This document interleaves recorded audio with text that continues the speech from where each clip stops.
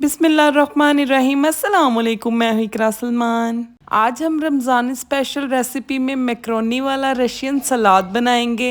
ये इतना मज़े का क्रीमी डिलीशियस होता है कि इसे बार बार बनाने का दिल करता है। बहुत से टिप्स एंड ट्रिक्स भी शेयर करूंगी जिससे ना तो आपकी क्रीम पतली होगी और ना ही आपके रशियन सलाद का कलर ब्लैक की तरफ जाएगा।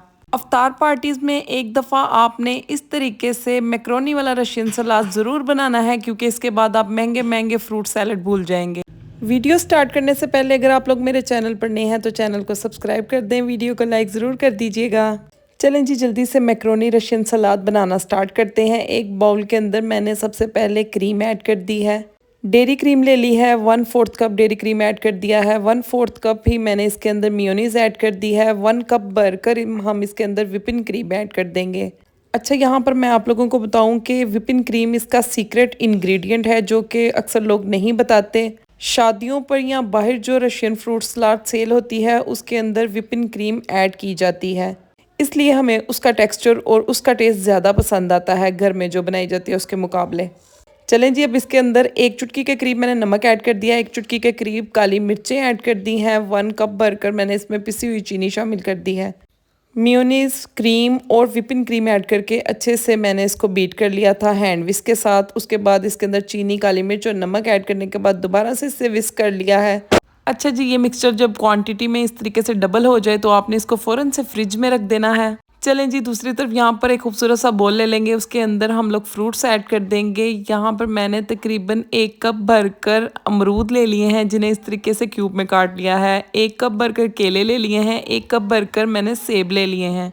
1 कप भरकर मैंने अंगूर ले लिए हैं। आप अपनी मर्ज़ी का कोई भी फ्रूट ऐड कर सकते हैं। 1 कप भरकर बॉयल की हुई मैक्रोनी ऐड कर देंगे। सब फ्रूट्स को अच्छे तरीके से एक दफ़ा मिक्स कर लेंगे।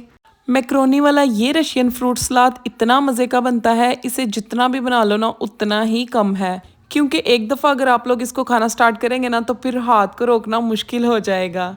और जो टिप्स एंड ट्रिक्स मैंने शेयर कर दिए हैं उसके बाद इसका टेस्ट बिल्कुल डिफरेंट होगा आम घर में जो रशियन फ्रूट सलाद बनाया जाता है उससे, और इतना मज़े का बनेगा कि आप हमेशा इस तरीके से बनाया करेंगे। जो हमने मिक्सचर ठंडा कर लिया था क्रीम वाला, उसको फ्रूट्स के ऊपर ऐड कर देंगे। अच्छे तरीके से फ्रूट्स के साथ इसे मिक्स कर लेंगे।